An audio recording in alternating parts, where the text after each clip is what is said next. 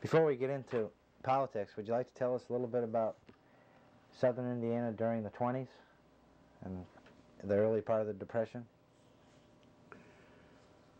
Well, yes, Southern Indiana back in that days was pretty much backwoods and no roads, no communication hardly at all. But it was home. Somehow or other I've always believed that the finest place in God's creation to live is in Southern Indiana, in these hills. It's never been a good place to make money, but one could always live like we lived and got along. There was no jobs to be had. Sometimes they'd work on the roads a little or on a bridge somewhere. Or we'd work in the timber, sell lumber, logs, hatchet handles. One of the hardest days of work I ever done in my life was cutting hickory timber with a crosscut saw. My neighbor moved on a little old farmhouse, little old farmhouse close to us, and he wanted to cut a lot of timber, hickory timber, and cut up the thing to make hatchet handles. So I helped him all day. We started the sun up and quit when it was so late. We marked the log, the tree, so we cut it up. We could feel for the notches and sew the blocks off to make hatchet handles when I was about 15 years old. But, some people had raised colts to sell, horses, mules, cattle, veal calves, our butcher, cow, fat steer, hogs. We sold hogs a little. And chickens. We always kept 100 to 150 chickens. And we'd save the eggs. You never eat eggs unless some of the kids were sick, then they could have eggs. But eggs was used to buy the groceries and feed what we had to buy. So selling a few pigs, calf now and then, eggs, chickens, carry them to the store in a basket, the eggs, and sell them. Sometimes we'd ride a horse that pitch us off and break the eggs, and that was bad. But we worked in the timber, and we worked on the farm. We went to school, little grade schools. Not many highly educated people around in our communities. Preachers would come in, hold a meeting, regular minister for our little Baptist church over on Winding Branch. But we had protracted meetings, and we had dances and parties and baseball games. Oh, I belonged to the Winding Branch baseball team. I played baseball 2 years. I was weak at the bat, but I was a good runner and a pretty good fielder. During the 1920s, was there any evidence of another industry that had to do with Prohibition? Well, yes. During the Prohibition days, and especially when I was in the trucking business, these moonshiners would order corn sugar, and it's in lumps, in a sack. And there's no law against my hauling corn sugar, but I wouldn't haul any liquor. I could have hauled liquor to Louisville and different places and made some money, but I had in my mind that the first load I hauled, the devil would pop up. So I didn't have nerve enough to do that. But I hauled a lot of corn sugar supplies for the fellows making moonshine whiskey in these hills. Yes, there was a time when I could count maybe a dozen stills, people that I knew operated stills. They never was afraid of me. I never would squawk on people if they trusted me with their secrets. So I've stood by and watched a good many of them operate their stills. And I had one thing that I laugh about yet today. One day with the truck I went to Louisville, and there was a neighbor over here. He liked to ask questions, inquisitive sort of fellow, a very friendly, nice man. He went. We took his hogs to Louisville, to the Bourbon stockyards, and sold them. And we come back over to New Albany, and I was loading up groceries and freight, wholesale grocery, and the man that was getting the groceries out and on a truck and onto the truck, and I was going on it, and I had a list of things I wanted. We loaded several sacks of that corn sugar on, the lumpy stuff in a sack. And he asked me, he said, "Ari, what is that in them sacks?"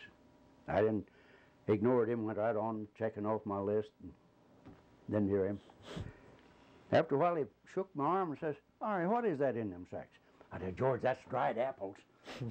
And he never said any more. We got about halfway home, he laughed out loud. He says, "I'll be damned if that ain't the most dried apples ever I heard of." And of course, I told him what was in the sacks then. I didn't care to tell him. There wasn't no harm in hauling it. But they used corn sugar to make corn whiskey. Or moonshine whiskey, you might say. Well, a lot of farmers saved their farms by making whiskey and selling it, I suppose. But I was always afraid of the stuff. I've had a lot of them offer me drinks, and I didn't want to be too uppish or snobbish to drink with them. A lot of times I just wet my lips a little. I didn't drink.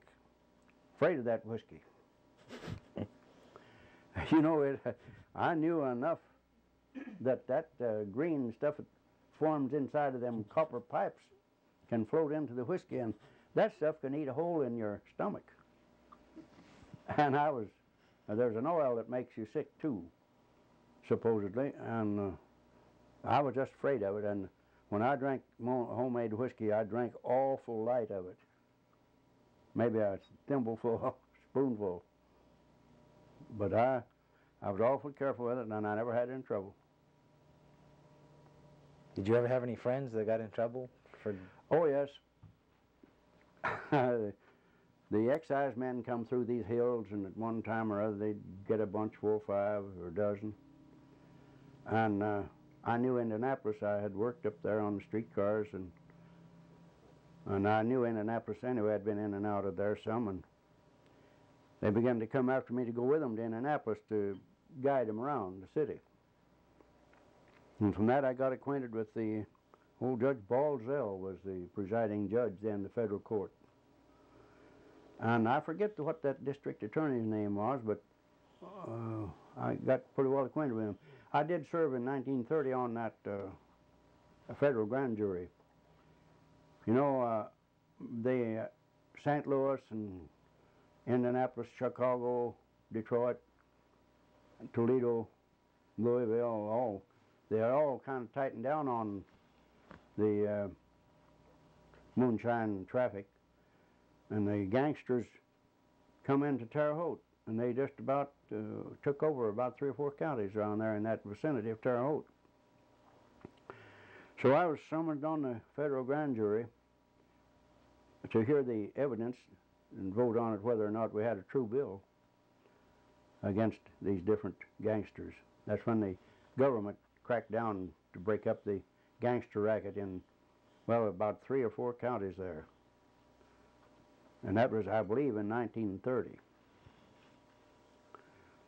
So we found bills on them, kind of broke up their playhouse. They'd go in there and rent a farm, and they'd pay a good cash rent.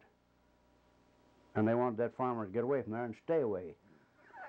They'd set up stills, vats, sometimes in a barn, 10-foot across and maybe 6 or 8 foot high, and they'd dump a whole truckload of sugar in there. And they usually had it where they could pump water out of a little stream to the barn. And if a farmer got too nosy, sometimes he'd be found dead along a country road somewhere. Was what brought the government into it to break it up. Did any of your friends from around here get in trouble? Not in that. Friends around here got arrested, and I went with them to Indianapolis as a guide to help them find their way around, and then turned in after I got acquainted with the court that, well, Judge Balzell called me back in his quarters and asked me all kinds of questions about these people. I suspect I tried more cases than any attorney in Perry County. And I ever had only an 8th grade education. I didn't know anything only I'd got on a kind of friendly, on good terms with the court. And he'd ask me about the cases, about the men. I know there's one man, he's a very poor man, and he didn't make only a very little whiskey, it was mainly for his own use. But he sold a bottle or two, and the excise men got it. So they arrested him. He said, "What kind of a man is that?" Asked me back in his quarters. I said, "Well, he's just a little farmer down there, very poor man. He's got a wife, and they're expecting a baby. And their dollars are very scarce, and they're good, considered very good, solid citizens." Well, his case come up last, and now he said, "Alvin, tell you what you do. You go back down home and take care of that wife and your home. And don't make any more whiskey. Wait till I call you." Never did call him. So he come home, and he didn't make any more whiskey. He said, "I'll not, Your Honor." And he didn't. That's all the court wanted anyway, was him to quit, I think.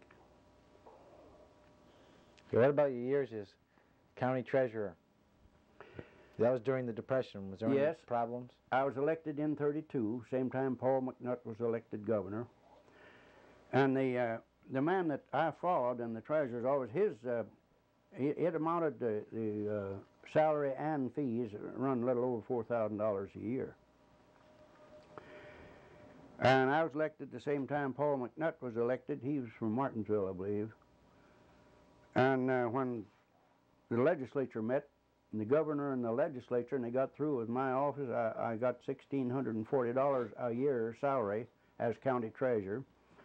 And they cut the fees down almost entirely. It was about, I think for a year's time, their fees amounted to $155 that first year after that I was treasurer.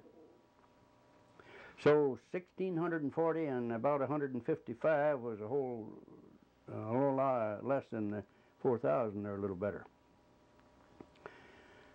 I always got about half sick at my stomach when I'd think about Paul McNutt. He was governor, and he cost me about $8,000. And after serving 2 terms, I'd borrowed my money for that first fight, you know, and that was the biggest fight I'd had up to that time, of course. And it was all borrowed money.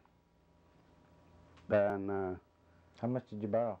I don't remember the exact amount, but I think I spent about $1,500 in both the primary and the election.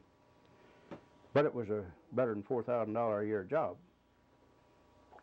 But it didn't turn out that way. And 6 months after I moved back to the farm, after serving 2 terms as county treasurer, they were building this road down here then. I shoveled rock in August on that highway to pay the last $20 debt of my first campaign. But I finally got it done. And some people think politics is profitable. Well, they are, I guess. But it was better than nothing. That reminds me of a little old man by the name of Quinlan. He run a livery stable, and he hung on when the car began to come around and the livery stables failed. He stayed on it there till he nearly starved to death, living in that little old livery stable. And some of the friends went after him, and Uncle Tommy, they always called him, and took him up to Cannleton. Now, I think his first award to the welfare department was $5. Now, I don't know whether that was a week or a month. But anyway, they were disappointed to some extent. They'd taken him back down to Troy. And this was our prosecutor that was hauling him, a fellow by the name of Jim Nix. Said, "Well, Uncle Tommy, what do you think about it?" "Well," he said, "it's a dumb sight won't have been a getting." So I felt that way about the treasurer's office. It wasn't very lucrative, but it was better than I'd been a getting.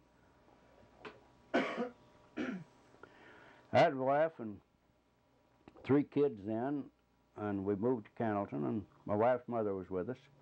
I never did know whether we lived with her or she lived with us.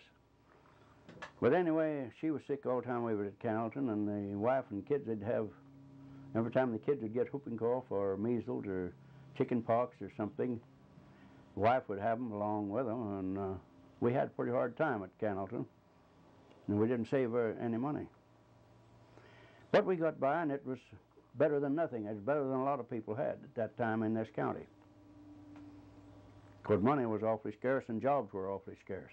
That's where I got my first start in hoping that someday we could get a little progress here, roads and electricity, and a chance for industry that our kids don't have to leave these fine hills to go in and look for something to make a living. But it's awful slow, that kind of progress. What about politics after you were county treasurer? Well, we were talking about what I'd do, and the county clerk said to me, he said, "Why don't you run for representative?"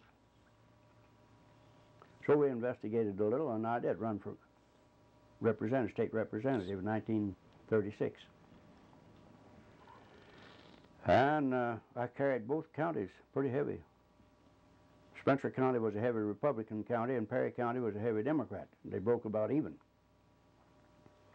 But I carried both counties, and I run off from everybody in that race in 36.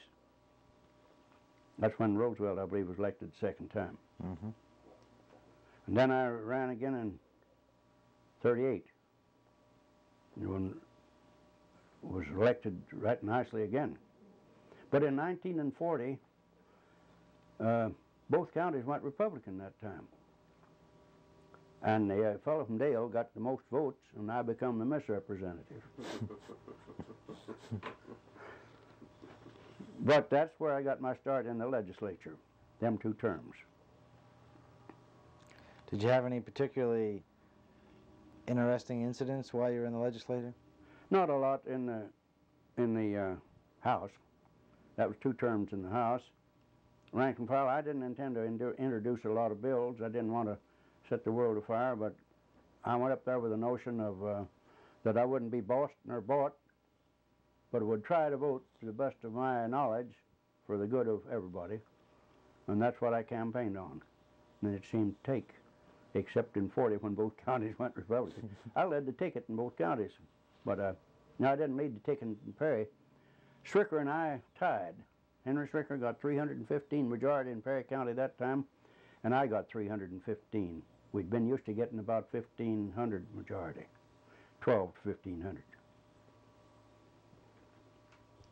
What about dealings with people in the legislature? Did you have any dealings with lobbyists or? Yes. Immediately when I was elected county or representative while I lived at Cannleton, an old man come down there from Indianapolis. I'm not sure just where he lived, but he was a lobbyist for the railroads, and the full crew bill was coming up. I didn't know that at that time, but he told me. But he was an old fellow that had experience in the House, both the House and the Senate, and had been county auditor somewhere. And he was a pretty smart old fellow, and he gave me a lot of good advice. He told me he hoped I hadn't made a lot of speeches and made a lot of promises, for he said when you get to the legislature, you'll find out that there's 149 other men there, and they're stubborn as can be about following your wishes. And he said if you can get them all convinced, then you've got a governor that may veto your bill. And then if that gets by, then maybe this court will say it's unconstitutional. He said, I hope you haven't promised anything. I said, well, I never promised a thing in my campaigns except to vote to my very best ability for all concerned in my district.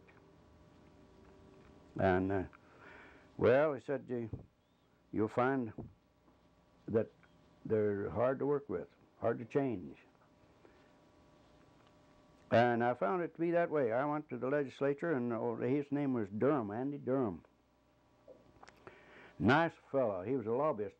And I had always been taught to be a little bit skittish of the lobbyists. But I found them to be very nice people to work with.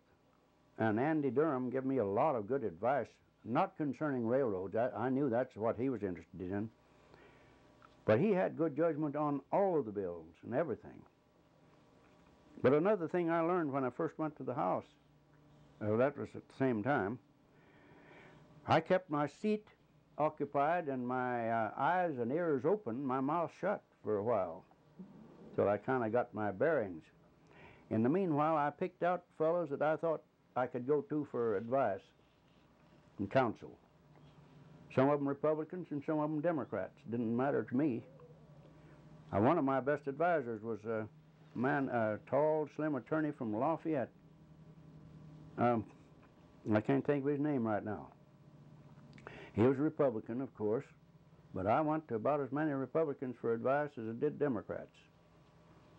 But if I didn't understand something, I could always find somebody that did understand it, and it made sense to dig into it. I found it that way when I went to the Senate also. When were you elected to the Senate? I was elected in '54. I had wanted to run for the Senate 4 years earlier, and I was managing a hotel in Indianapolis. And I wanted to run for the Senate when I quit the House, but I let a couple of my friends talk me out of it in favor of one of them. And I kept the bug kind of alive in my bonnet. And I wanted to run for the Senate. Well, in '50, Leo Stemley was our senator, and he was supposed to run for Congress that time, and that would leave the state Senate seat open for grabs.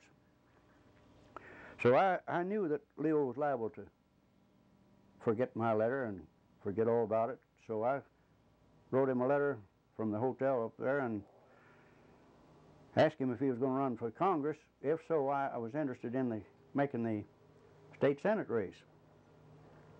And I sent him an addressed envelope and a sheet of paper, stamped envelope and all addressed, ready to be dropped. All he had done was write yes or no. But he lost my letter and forgot all about it, and I come the last day to file for the Senate. So I took off that day and drove down to Jasper, and I run all over DuBois County trying to find Senator Stemley. Oh, they'd cuss and rave. Why, he's either hid or gone fishing. He won't work. And I found that all over the county, and I stayed and worked around DuBois County until dark that day. Then I took off for Indianapolis. And the farther I drove, the more I got aggravated that the man wouldn't pay me enough respect to answer that letter. So when I got to the State House, I went in there about 20 minutes before they closed in the Secretary of State's office and filed for state senator. Oh, that woke the senator up. Oh, yes. So we had that race in the primary. I lost one primary. I made 12 races altogether. I lost one primary and I lost one election. That time I tied into Leo Stemley. I wanted to wake him up for one thing, and I thought it was a possibility that I could set the die for the next go-round for the state Senate. And it went exactly as I thought it might. The heavy votes in DuBois them days, you know, primary was their election, so everybody voted. Perry and Spencer went both ways sometimes, and their vote was always light over here. I carried Perry and Spencer on him as heavy as he carried DuBois on me, but the vote was heavy in DuBois, and he got the nomination. But then come the next 4 years, and I had the campaign kind of organized and set to shape. There was 5 opponents, but they never did file, so I never had any official opposition in the primary. Then along in the summer, this man Menke from over there, from Huntingburg, come in with a big splash and done a lot of advertising, and he'd fly all over the district in his little plane and tell them all about it. And so I had the hardest race of my life in '54 for the state Senate seat against Leo Stemley. Stemley or Menke? No, Menke. Stemley then didn't run. He took some other job. But Menke Mickey, it was estimated he spent, by my friends over in DuBois, it was estimated he spent more than $20,000, him and the state committee together, to beat me in that Senate race. And he come darn near doing it. But they kept me busy. I'd been doing abstracting and platting and map making for the state highway before that for 4 years. And then they fired me along in June or July. I trained a crew on that Evansville job. They built a super highway down through the city. And I got their men trained to take over, so they let me off the payroll then. So I come home and filed for the Senate. And then about 2 or 3 weeks, here come a man from Indianapolis and wanted me to go back to work for the highway under Gates, not Gates, Craig. No, I said, I can't do it. So he went back, and about 2 weeks, here come another one. Wondered why I wouldn't go back. And I said, why you fired me? Well, I'm not going back. I've got another job to do now. So then the boss come down. Wonder why I wouldn't go back. I said, wait, the reason I'm not working is because I got fired. I said, what's the matter?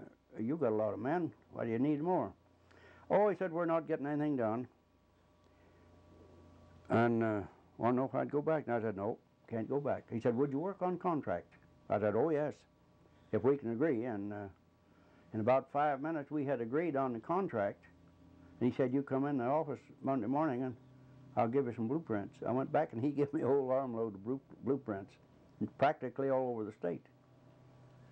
And they kept me busy all that summer. Pretty near too busy to campaign. But I made better money than I ever did on payroll. But I worked more. I was by myself, traveling by myself, and I didn't know their buyers. They were all strangers to me. And I'd stay in the hotel by myself, and if they'd let me, I'd stay in the courthouse and work after hours. Most of the courthouses would do that. One once in a while wouldn't. But if you can work after hours, when you've got all the room, the recorder's office, and to yourself, there's nobody to share the books with, and nobody to get in your way, and nothing to bother you, you make good progress. I made more than double, I think, if I'd ever total it up, than I did on payroll. About 2 weeks before the election, I was doing a job at Versailles. Pretty good sized job, and I hired two girls to help me run them abstracts and type work. They were fine girls and fine workers, fine secretaries, but by the time you show them what to do, you pretty near do it yourself. I'd got pretty good on speed writing by that time, using abbreviations in the legal work, legal descriptions and copy of deeds and all that. You know, you can do that. But I got done about 2 weeks before the election and come home, and it looked to me like I was in trouble. Looked to me like Mankey had it and gone. But I worked from that till the election just about day and night. I'd knock on somebody's door around midnight, and the farmer would get up and come to the door, rubbing his eyes and getting awake, and I'd tell him I thought I was in trouble and needed votes and needed all the help I could get, and if he could help me, I'd sure appreciate it. He'd give him my call-in card and take off, always in a hurry. I couldn't afford to spend any more time with them than necessary. I've seen them looking after me, rubbing their eyes, and afterwards they told me, said, well, it's a good thing you come along. Said, I got out and got you some votes. But the last 2 weeks I worked like that, and then election day come, my old car broke down. So a friend of mine, he said, I'll hold you, go with you all day. So he stayed with me all day, and we run all over the 3 counties. Went into the courthouse at Jasper. At night, they've got a blackboard there, just like in a bookie joint, and when the election is, they put the returns on there as they come in on that blackboard. About 10 o'clock, Denny Keller was the radio man there, had the radio station wired into the courthouse. And I heard him say on the radio, said, all races in DuBois County are forgotten. All eyes are on the Anderson and Mankey race. That's the greatest horse race we've ever had in DuBois County. Every time a precinct comes in, it invariably changes the lead. Said, don't know. We don't know. Don't have any idea yet who'll be the winner. And sometime later, he come to me and said, about 2 o'clock, I think it was, along there somewhere, said, all precincts are in now, except 2. And there, one in Tell City and one close by. He said, you're trailing by 59 votes. What do you think will happen when them 2 comes in? Well, I said, I can only guess. Well, he said, that's what I want, your judgment. I said, well, I believe when them 2 precincts comes in, I'll be winner by 100 votes. Oh, you think so? Yeah. Well, when they did come in finally, I was winner by 138 votes. So that's the way I got to be state senator. Real good. But it was a fight, a real fight. Okay, thank you very much.